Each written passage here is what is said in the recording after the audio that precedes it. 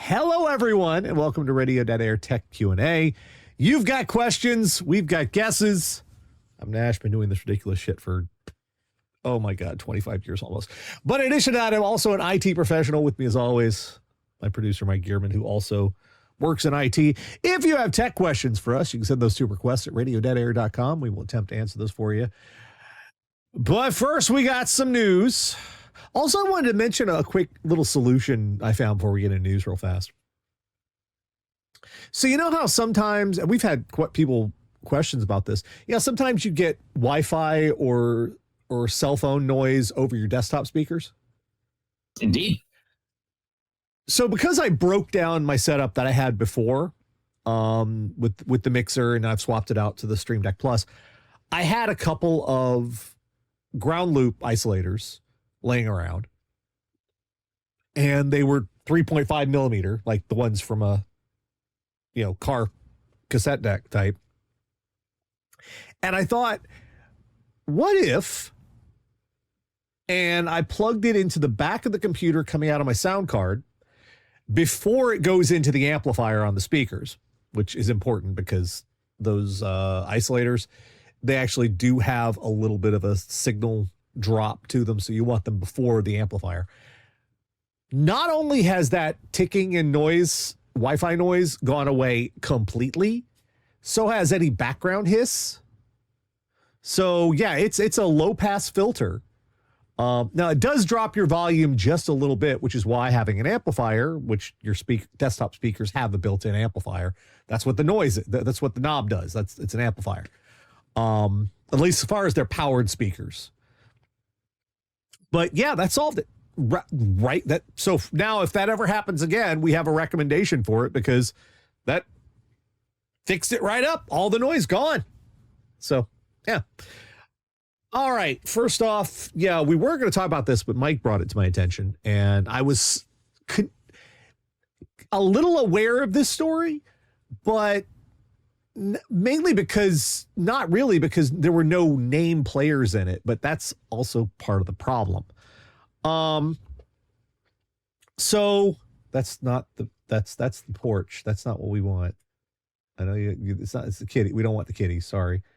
I know some of y'all. The kitties are fine, but the kitties have not been responsible for a massive data breach, affecting basically everyone in the U.S. And if the kitties are responsible for a massive data breach affecting everyone in the U.S., then we need to ask them to please stop.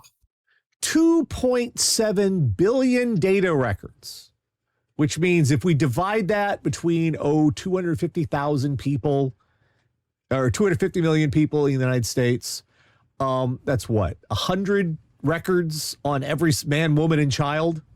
Yeah, basically. So the reason it says that many records is because if you've lived in multiple places, there'll be multiple entries in this thing. So what happened is a company that has the very innocuous sounding name of National Public Data, sounds innocuous.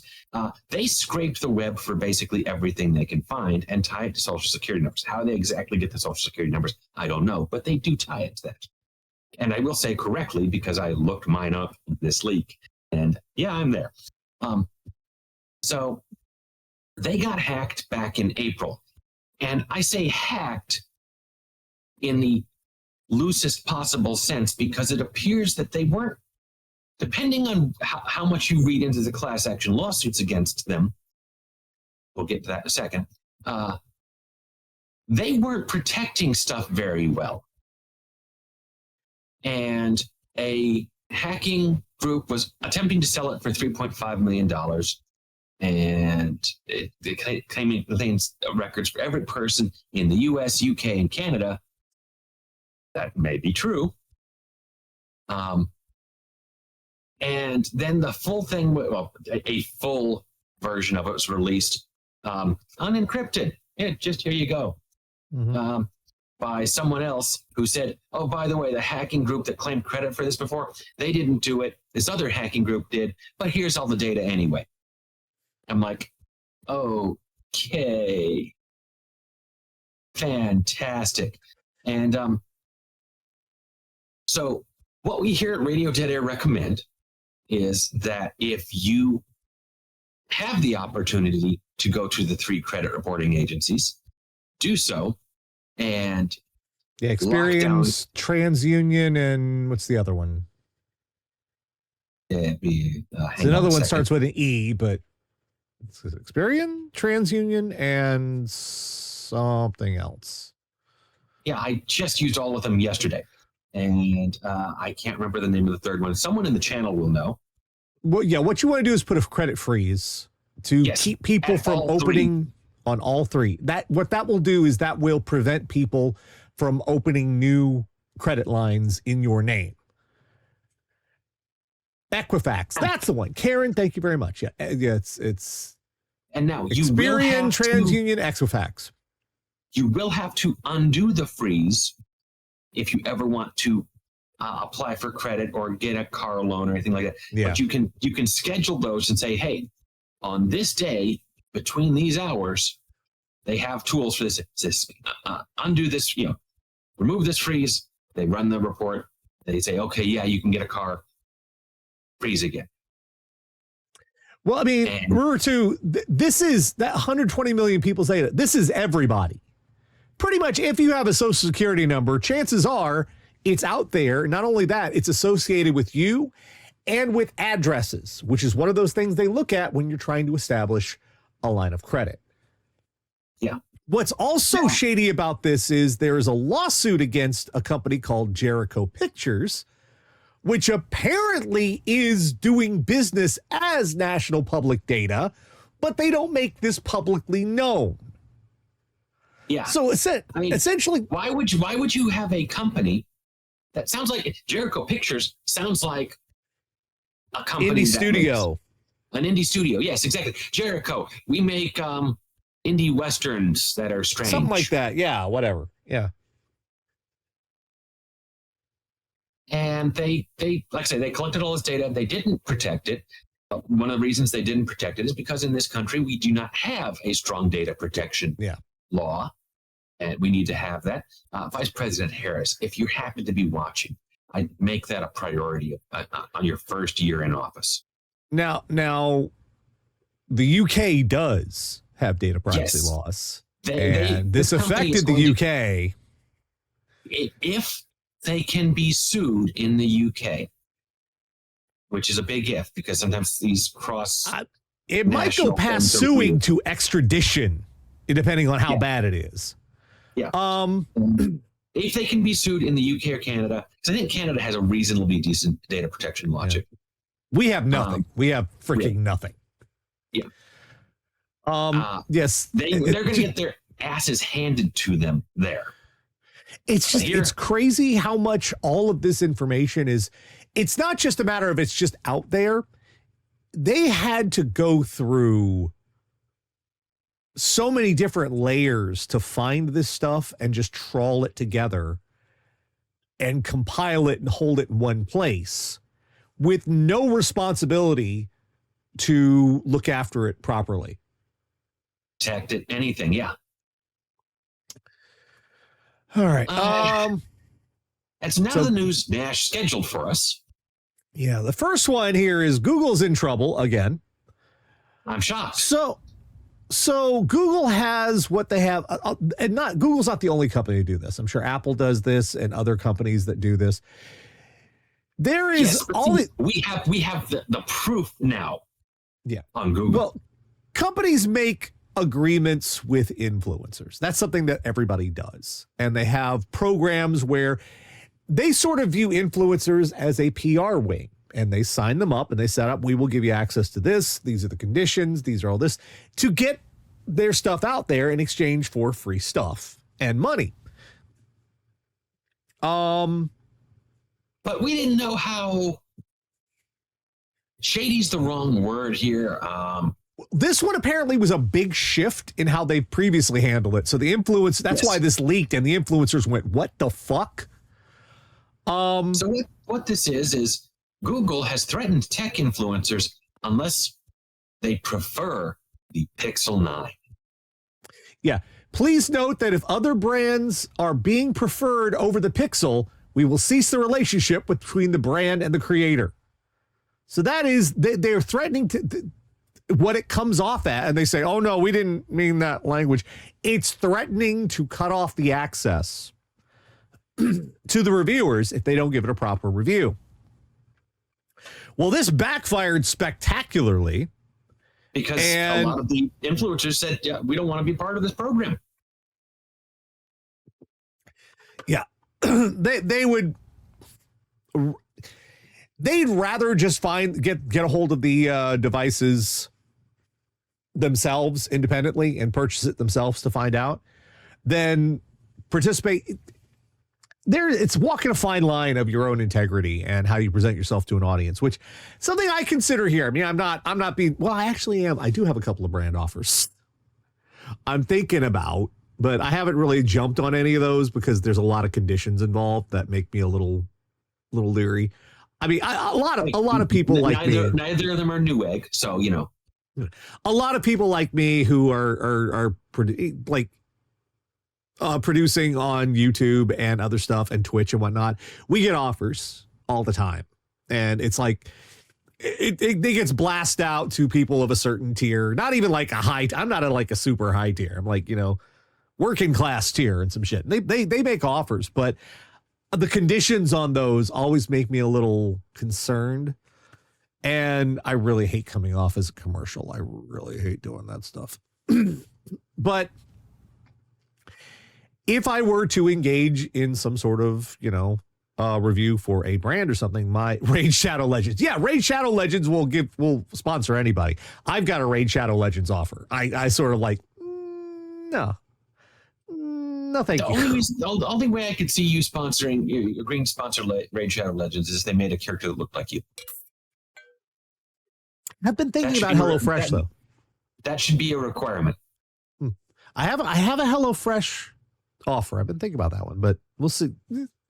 But in general, there's even just being independent out here and doing the stuff like we do, is you've got to consider your integrity, because your integrity is the only thing that brings.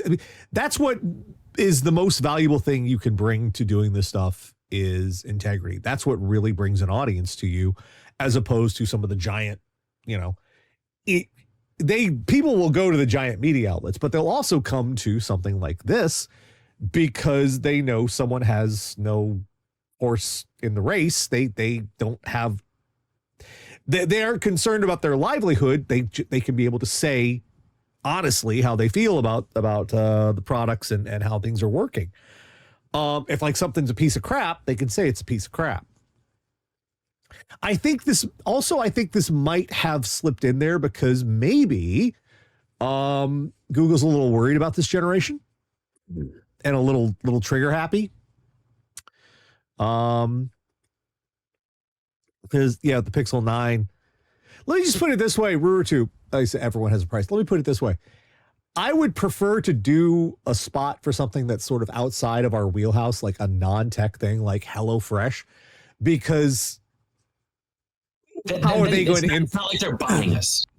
Yeah, how are they going to influence my tech reporting? Like, I'm not. What am I going to? It's not. It's completely outside our subject matter, or even gaming as well. So it feels a little bit more independent, something like that. But I feel like maybe the Pixel 9, this is interesting. The Pixel 9 and the Pixel 9 Pro, instead of the Pro being a larger screen this year, same size. It's just the Pro is a better resolution on it. So that's already a little bit of an issue. If you want the biggest size screen, you have to get the Pixel 9 Pro XL, which is, I believe, $1,200 or something like that. That's the only way to get the biggest possible screen on this go round. There may be other issues with this. And also keep in mind, this is the AI debut for Pixel. This is the AI phone. This is where they first really put this is where they're going to be pushing the Gemini stuff. Let's be clear. Probably also the last phone they're going to be pushing AI stuff in. Yeah, you notice none of the branding or anything. They took any sort of mention of AI out of the branding. They just put Gemini in there instead. Because I think they're already starting to learn that AI is becoming toxic with customers. Yes. And like even there was a when study. When people realize that Gemini means AI, they will stop using it, or they just go, yeah, no. There's been a study going around. I forget who did it, but there was a study going around that customers have a negative association with AI, and they transfer that to brands, and they are more likely to buy brands that don't have AI branding in it. Yeah, especially when you looked at all the stuff that said we're going to add AI to this, and we're like, you're a toothbrush company. Yeah, no. So we'll see how this shakes out. But I have a feeling that toast. You don't need AI. I have a feeling that the Gemini stuff is not going to be the big draw that everyone is like. Remember, Apple backtracked hard on the AI. There's like, oh yeah, we also kind of have AI on this iPhone a little bit, but no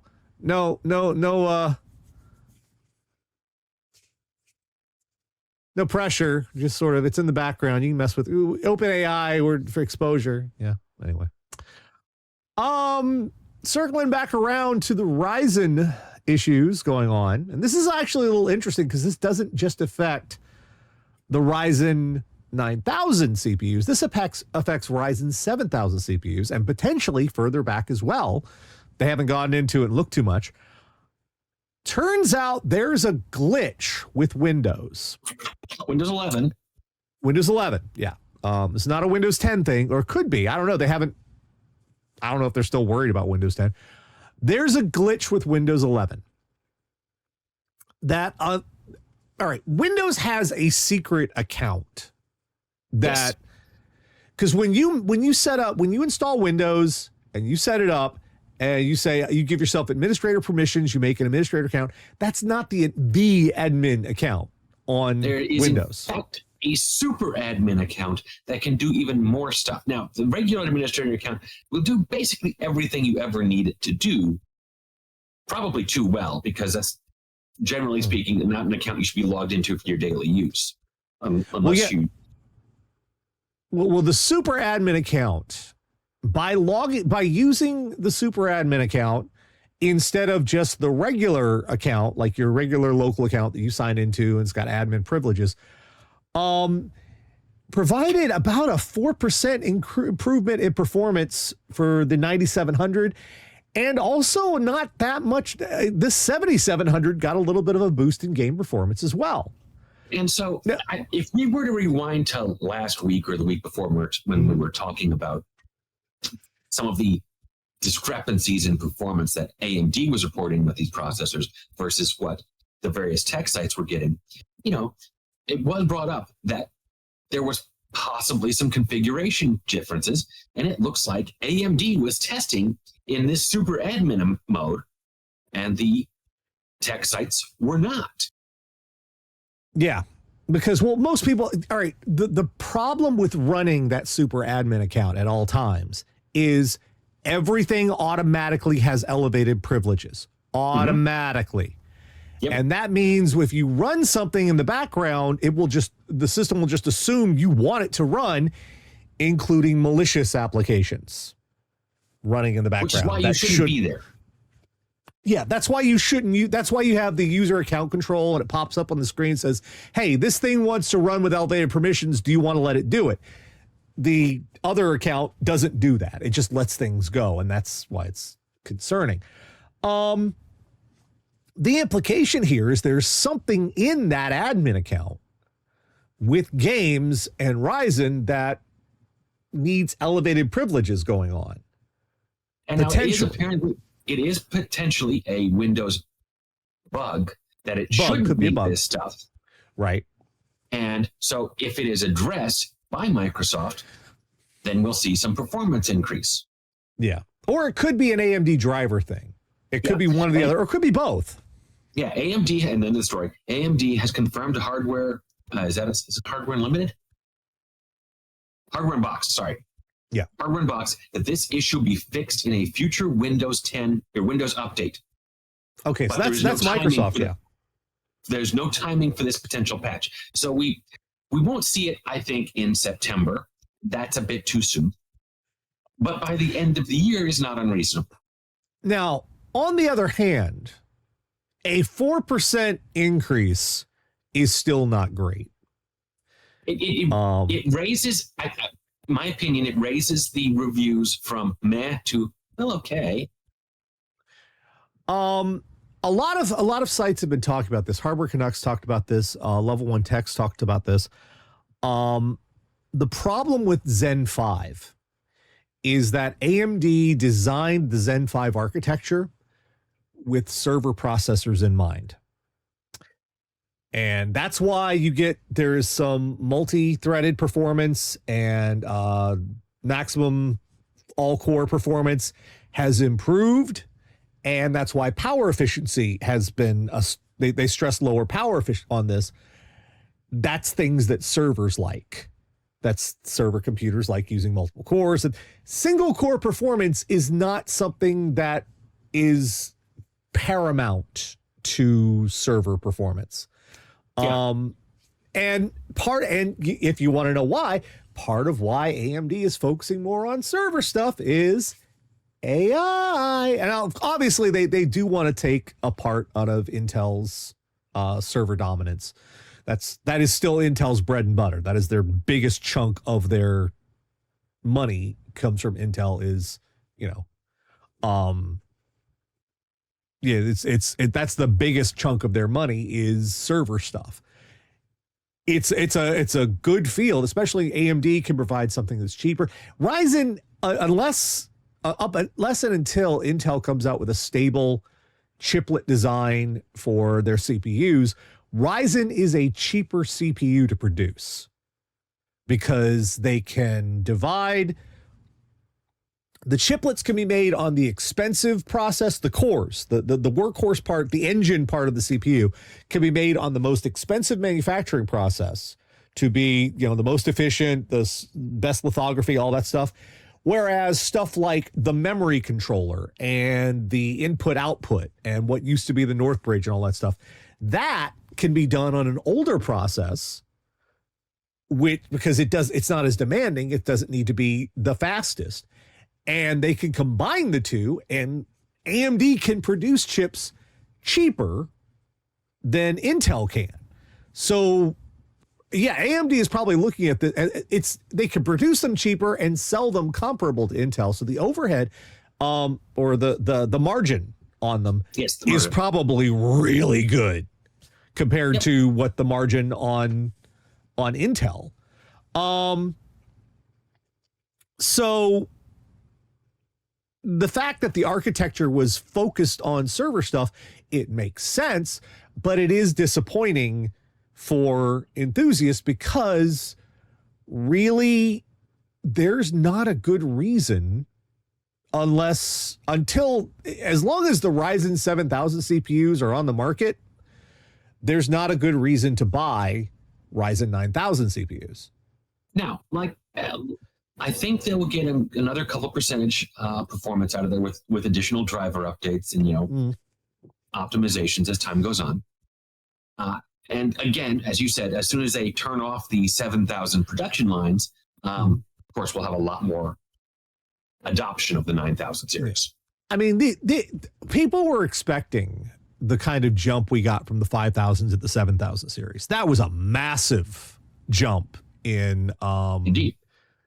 But part of that also had to do with they changed the socket, they improved power delivery, they changed a whole bunch of stuff to allow the CPU and their architecture to be a whole lot faster than it was.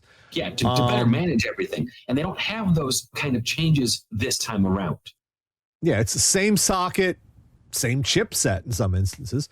And yeah, the performance boosts are just not going to be there. So I think a lot of people it's not a bad CPU, but it's not as big a leap as we saw from Ryzen 5000 to 7000. And I think that really disappointed a lot of folks.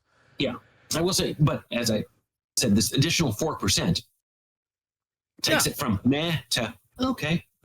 I mean, it's not spectacular, but again, when I build a new computer, which may happen at the end of this year, I'm probably going to go with a 9000 series just because it's there.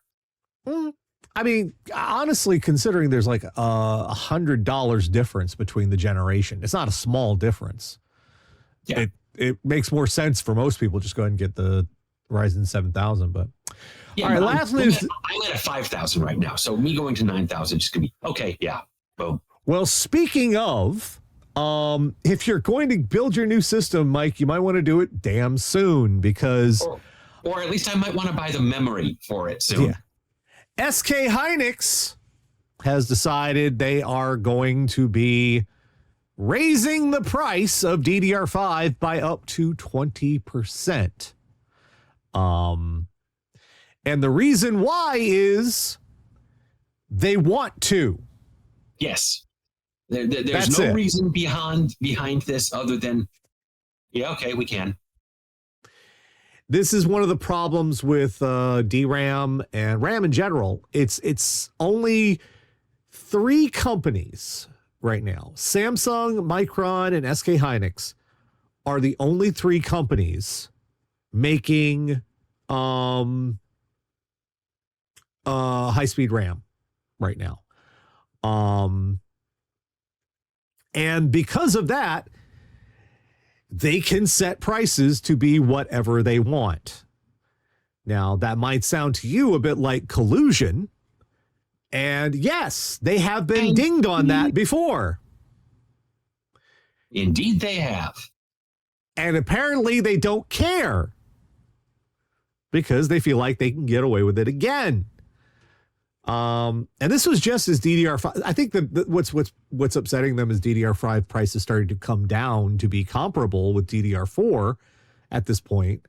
And they're like, oh God, someone is getting money that belongs rightfully to us. Line must go up. You know, it's this what makes this doubly frustrating is we are currently at the most expensive time to build a computer in the last decade, if not longer. Like, I remember when I really made the jump to a modern system when I got my 3700K. And I was like, wow, this is going to be rough. This is going to be hard to afford. This is like $300 for the motherboard and the CPU. You know, and now we're like, oh, that's not even the CPU, honey. That's not even the price of the CPU. Oh, sweetie. Oh, you just don't even know. Yeah, it's frustrating. This is the most, not just graphics cards. Motherboard prices have risen to at least $25 to $50 more expensive just for base models. Yep. And I'm very frustrated that we are missing the little LED two-digit display on motherboards now, which used to be fairly common at the mid-range and up. Now you have to be willing to spend $300 to $500 on a motherboard to get that two-digit display, because what that's so important for was that displayed error codes. You could immediately look at that and know exactly what was wrong with the computer, save everybody a huge amount of time. Now, most of them, you're lucky if you get DRAM debug lights, which you will get a light that says, there's something wrong with the CBU, which, yeah, beep codes. It's about as useful to most people as the engine light on your car is. Like, you know something's wrong with it. What? Something engine bad. That's all. It's very frustrating. Yeah, Kel said, it seems like the prices don't reflect the actual value anymore. Yeah. I was pointing out the specs for Star Wars Outlaws, the new open world game from Ubisoft for Star Wars, which I'm not buying because it's fucking Ubisoft. But they put out the specifications for it on Twitter, and I looked it over, and the base price, the minimum specs to play that game, if you had bought, you can't buy those parts new anymore because they're out of production, but if you had bought that system new, it would have cost you approximately $700 to get the recommended specs, buying those parts new. I'm not talking about a finished system either. I'm talking about just buying the parts, slapping it together, getting a cheap copy of Windows. $800 for the recommended specs for that game. And meanwhile, you can get a PlayStation 5 for $450, and it has graphics on a par with the RX 6700. So it's all, and it's more powerful than that $800 computer when it comes to games. How is PC gaming going to survive this? People are being priced out of the market. It's ridiculous. Anyway, so, well, that's the news for this week. Now we're going to get to your questions. If you have something, by all means, please fire it off to us. Address is on your screen. Let's see. Do we have anything new? No, nothing new. Just the ones we had before. All right. Let's see what we got there. Okay. First one is, hey, Nash and Mike. This is from Gilchrist. I was thinking about adding a third monitor to my setup, but a friend of mine told me that the more monitors you have connected to your video card, the slower your system goes. I couldn't find a really good answer for this online anywhere. Does adding more monitors slow down your video card? I can't afford to drop my speed much lower as I'm still on an RTX 3060.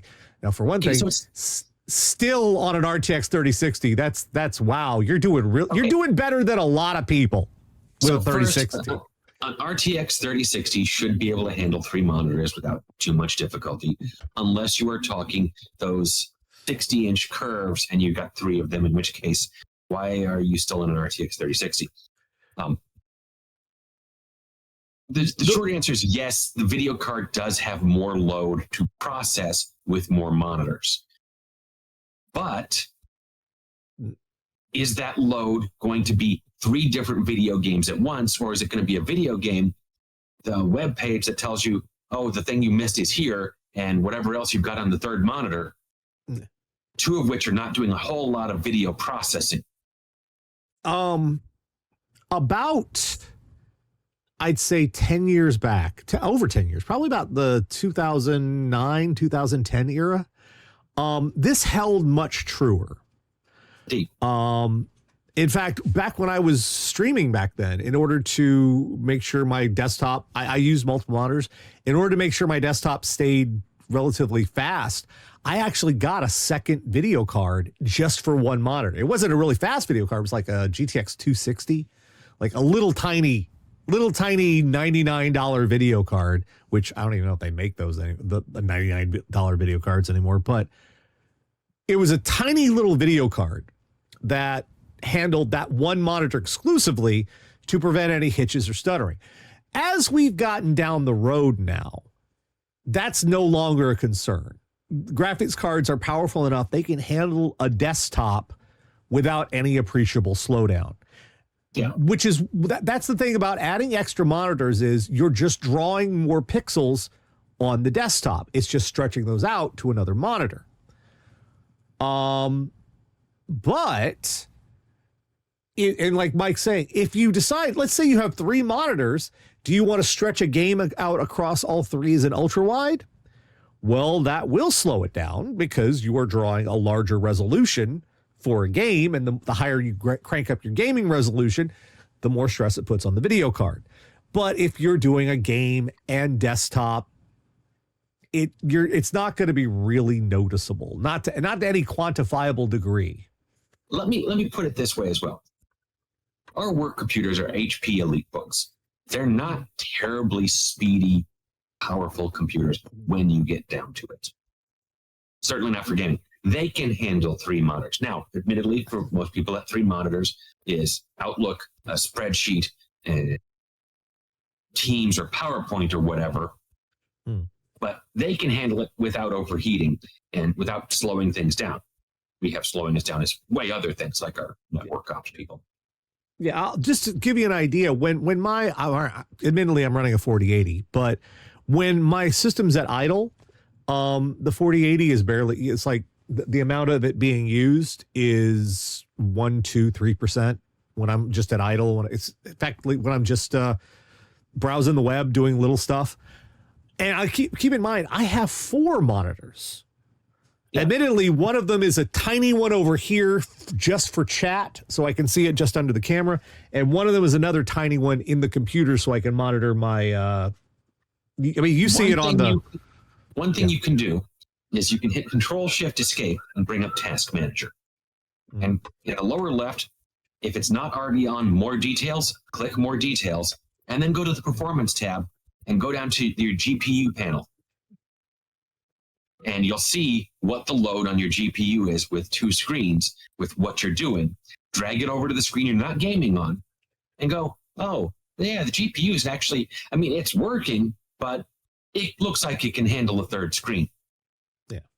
A 3060 is not going to have a problem with this. Now, like if you were talking about a 760, if you were talking about like... Let me say, a 3060 is not, as I said before at the beginning, unless you're doing something with stupid huge screens, you've got one of those 60-inch curved monitors, and your second monitor is a 60-inch curved monitor above it, and you want to add a third 60-inch curved monitor to the side. Yeah, that may stress it a little bit more than a more standard setup. Let me say, it will stress it a little bit more, a lot more than your standard setup. I think, all right, to give you an idea about how far back it was to stress my graphics card, I was running a 9600 GT, a GeForce 9600 GT. That was getting a little stress. That was for release date, February 1st, 2008. That was when I was having stress on my system. When I moved up to, I went to a 770, and then we went to the 1080, and then a 3080, and now I'm on my 4080. There's no appreciable. If someone was telling you about that, they're probably referencing something from long ago. So no, you're not going to see any slowdown from that. So, all right. Oh boy, good Lord. Getting into the weeds with the last ones, but this one's going to be a bit here. Hey guys, real quick one. It's from Danny. Real quick one, right? Really? Real quick one. Do you have any advice on what kind of gaming PC I could get for $500 or less right now? New is preferred, but I'll take advice on used as well. Real quick, huh? $500 or less is below our budget build. Yeah. You could do it. You can't. What I would suggest is look up our budget build from last year. It's going to be 500 or less now. Maybe. Let me look. Let's actually look at PC Part Picker. Oh, I've got it right here. I can bring it up. If the parts are still available is question. Yeah. That's save parts list. Let's see. Budget build 2023. Okay, well, I that one, well, it's down to 438, which will tell you something. However, and part of why it's down to 438 is the motherboard's no longer available and the case is no longer available. So that's why the prices come down. My budget build says 350 with the case not available and the video card not available.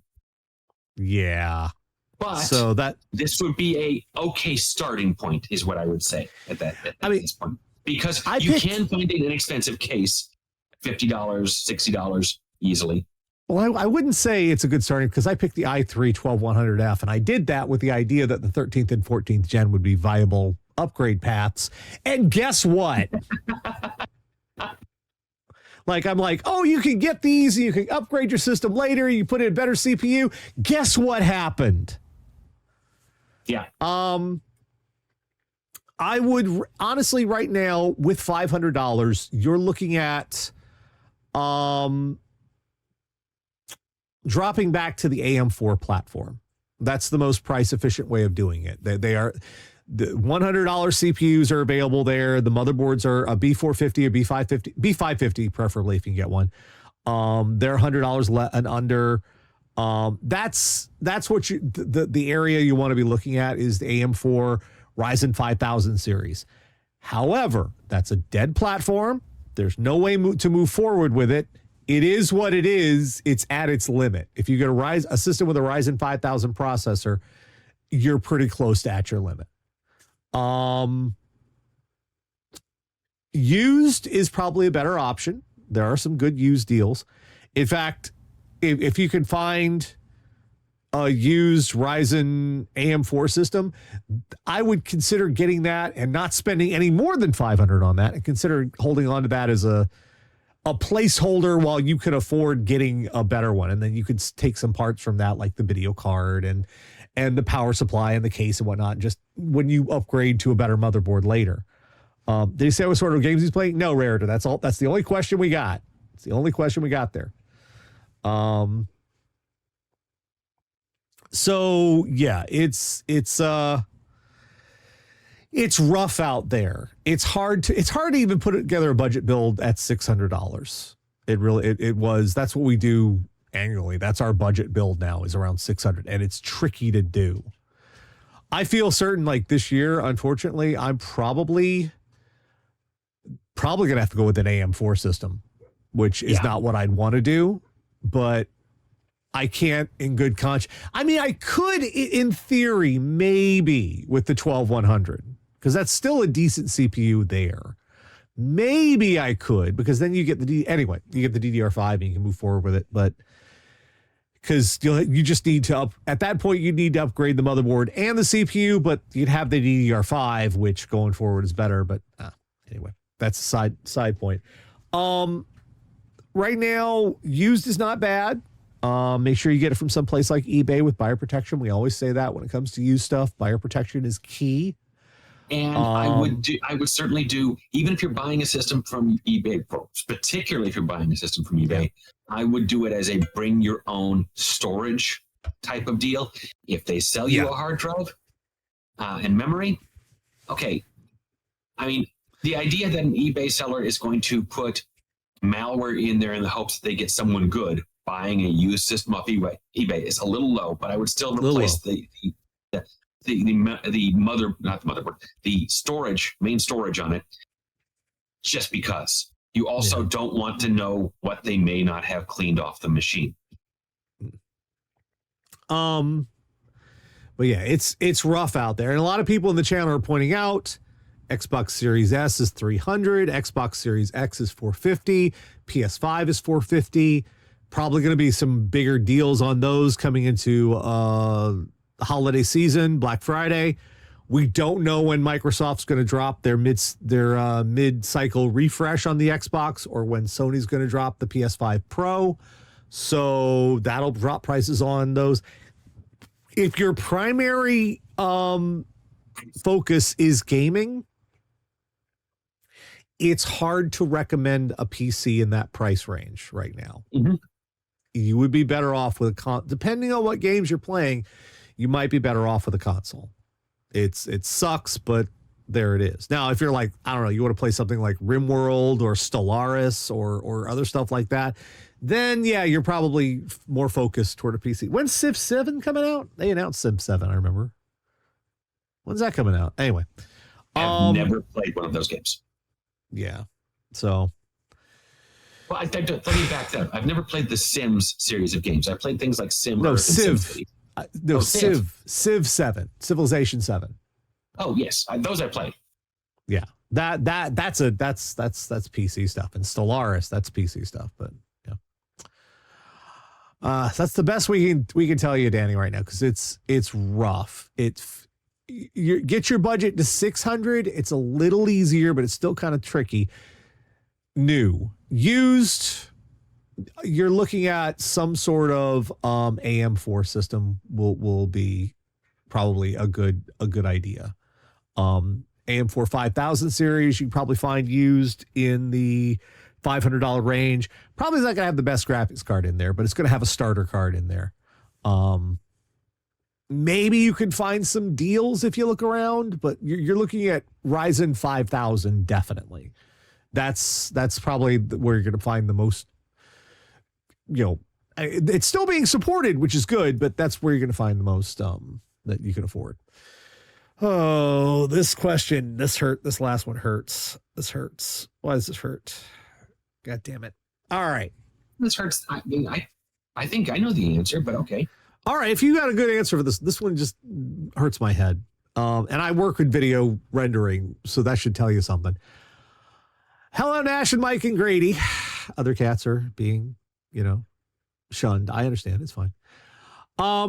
We're converting our DVD and Blu-ray library to digital, but I'm confused about all the different codec options like HEVC and X265 and H264 and such. Is any of them outright better than the others? And what's the best one to use so we can play our stuff back on phones and tablets and stuff? Oh, and do any of them put a strain on the server, or are they all pretty much the same? Love the show, Betty and Sam. Okay, so let's answer the second part of that first. Do any of them put a strain on the server? Not really. I mean, you might take a lot of time converting them. It's not a strain, but it does make the server work. That's only with transcoding. Transcoding is where it becomes an issue. And transcoding is when you've got it in one format, but the device you're streaming to doesn't support that format, so the server has to convert it in real time. And sometimes it's not even the device, sometimes it's the player, but well, if you're talking about an Xbox or a PS5 or something, sometimes it is the device.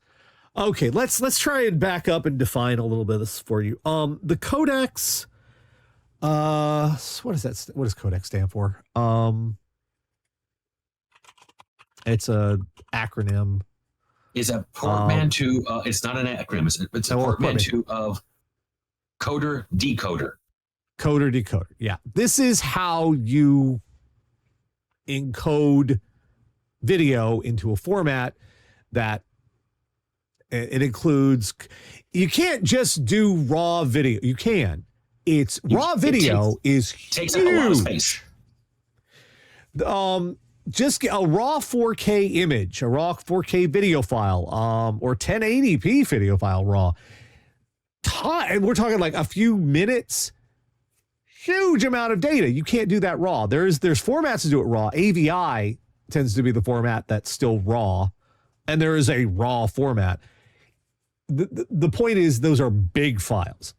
Those were impractical. They've been impractical for a long time. The solution to that was encoding them, compressing them, making them in such a way where you can use some mathematical tricks to extrapolate data and sort of fake some stuff and squish it all together. It's using a bunch of, well, it's kind of computer magic to make this file smaller, but it requires hardware to unencode the data and be able to play it back. Some codecs are fairly common these days. H264 is fairly common. That's typically the MP4 format, although it could also be MKV, that's Matryoshka. That's a whole other thing, but that's a wrapper. It's see how I'm talking about? Why this one's there's so much to this. So my short answer is H264. Now, there's a thing you need to know about H264, and that is the playback on the device is important to know. So on whatever devices you want to play this back on, you need to know what levels and what profiles it can support. Profiles are basically, profiles and levels are a combination of basically how well it can do the thing.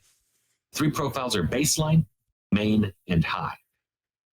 The higher up you go, the more intricate encoding and decoding that happens, and the more the processor on the system needs to work. Typically, typically H264 now is considered simplistic. Everything can pretty much handle H264. Every phone can handle H264. Yeah. Xbox can handle it. PS5 can. That's why I say it, because you don't have to worry about anything having an issue with it.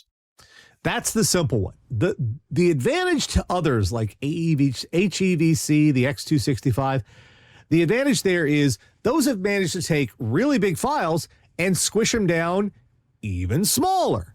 That's cool. that of course, that's important if you don't have a lot of storage or if you've got data transmittal limits on your whatever system you're receiving on.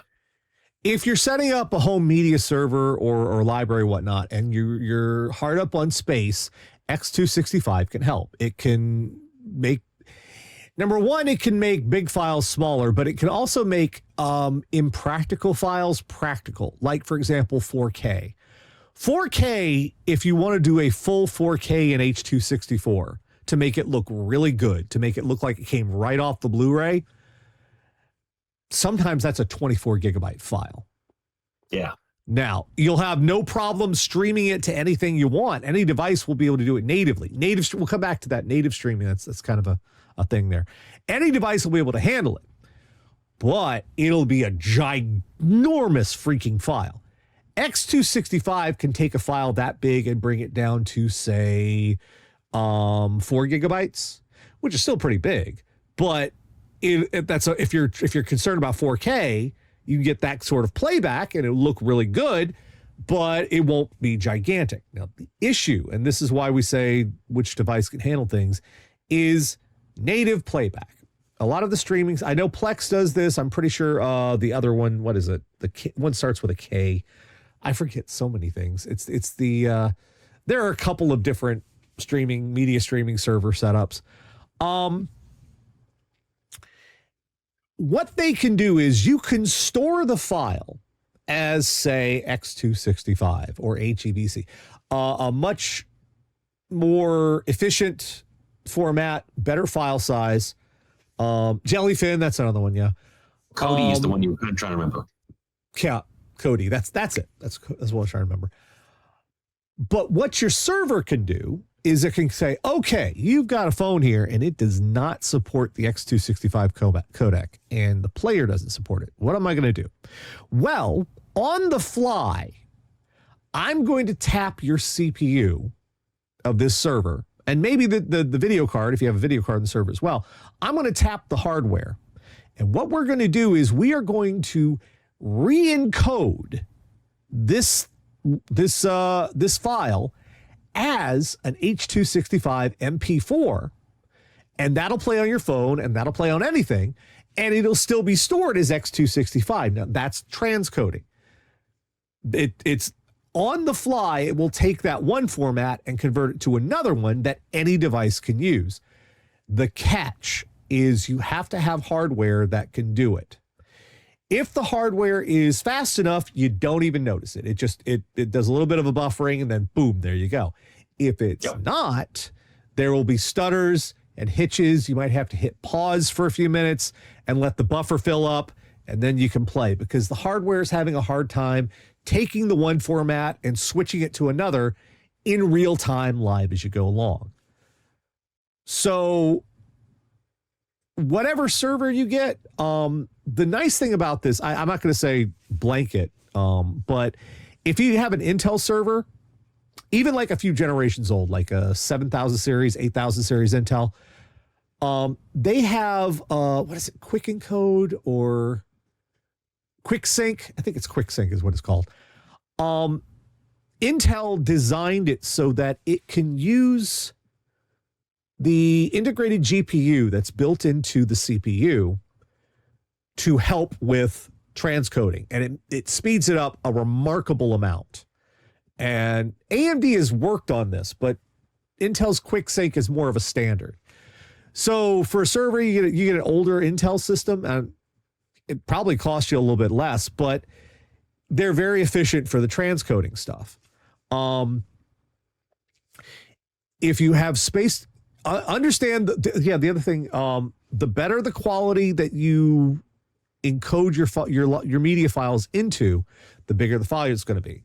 Even the X265. Only watching, even if you're but however, if you're watching on your phone, you don't necessarily need high quality because it's your phone. But if this, if this watching on the phone versus watching on the TV, it's just you're not going to get you don't need the detail. I mean, yeah, but if this is going to be their library backup, then no. If this is your library backup, okay, so it'd be more time consuming and more space consuming, but you may want to have a phone version and a home version of you can do that. Particularly favorite ones.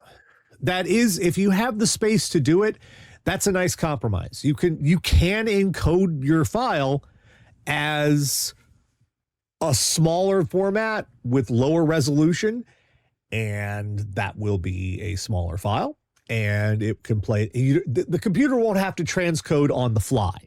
It will have a copy there that it can use at all times to be like, oh, this device needs this version. Okay. That might be a nice compromise to put like smaller versions alongside the bigger versions.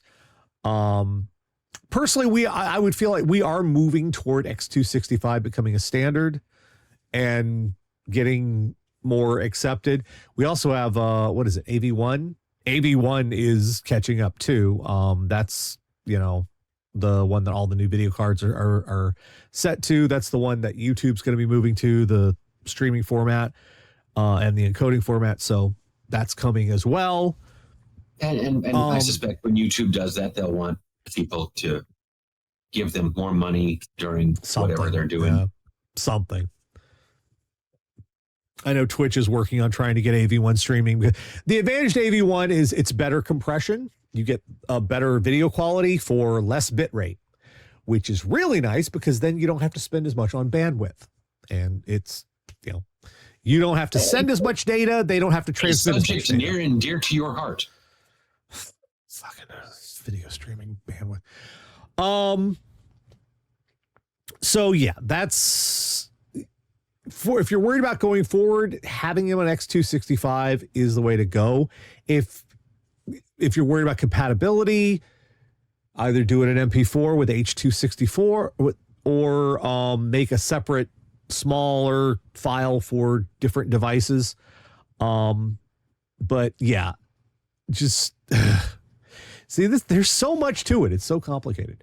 I would recommend doing X265 just because of the size constraints, and it does have better quality at a lower bit rate, which is also valuable as well. And also, someone will correct me on this because this just popped into my head and I'm not entirely sure about it. What's that? I'm pretty sure MP4 supports HDR. There's got to be an HDR support for MP4 and H264. It would be silly if there wasn't. They've got to have HDR support in there somewhere. HDR, current MP4 does support HDR. There you go. Yeah. As long as you have an editing suite or transcoder using current HEVC/H265. X26. There you go. All right. So HDR. Yeah. If you have videos in HDR format, and you're concerned about that going forward, X265. One thing there. I am basing this 100% on a 5-second Google search, and I cannot be 100% certain that the result I hear was not AI influenced. Well, keep in mind, we're saying X265 and H264. Those can both be MP4 files. It's just how they were encoded. I know it's wrappers and it's codecs and it's. We have no video standards. We have standards. We have 2,000 standards. There are so many standards. We should just all fuck it. We're all going back to QuickTime. That's it. .mov file for everything. That's it. That's the solution. Everything is a .mov file now. You know what? Fuck it. Let's just make GIFs. Let's all just make GIFs. Video was a stupid idea. We'll just make GIFs, and that's it. That's it. And there's someone in the channel or someone who will watch this will say that you're pronouncing that wrong, and they are wrong. All right. I think that's it for us this week. Oh, here we go. We got another one came in from Dunes 8. I recently updated Firefox only to be met with a compatibility error message. Any advice on ethics problem? Well, Dunes 8, okay, here's the message. Let me have a look at it. Got the image right here. Okay. Well, that's very small. Let's see if I can make it bigger. Okay. I have to put it over here to make it bigger. The error message is XUL runner delivered the error. It's error, quote, platform version 129.0.1 is not compatible with min version 129.0. Max version is greater than 129.0. Max version less than 129. What the hell is this? What is XUL runner? I have to look this up a second here. XUL runner is okay, so what I'm seeing is an error message about this. Did it say XPCOM missing? No, error. Platform version 1.9.0.1 is not compatible with. I'll show you here. Let me send you this image if I can. Save as. Let's put it here. All right. Let's see. Excuse me. I'm trying to. I'll send you the file over here in Discord. Okay.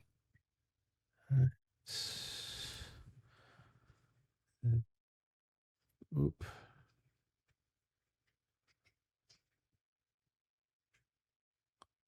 There you go.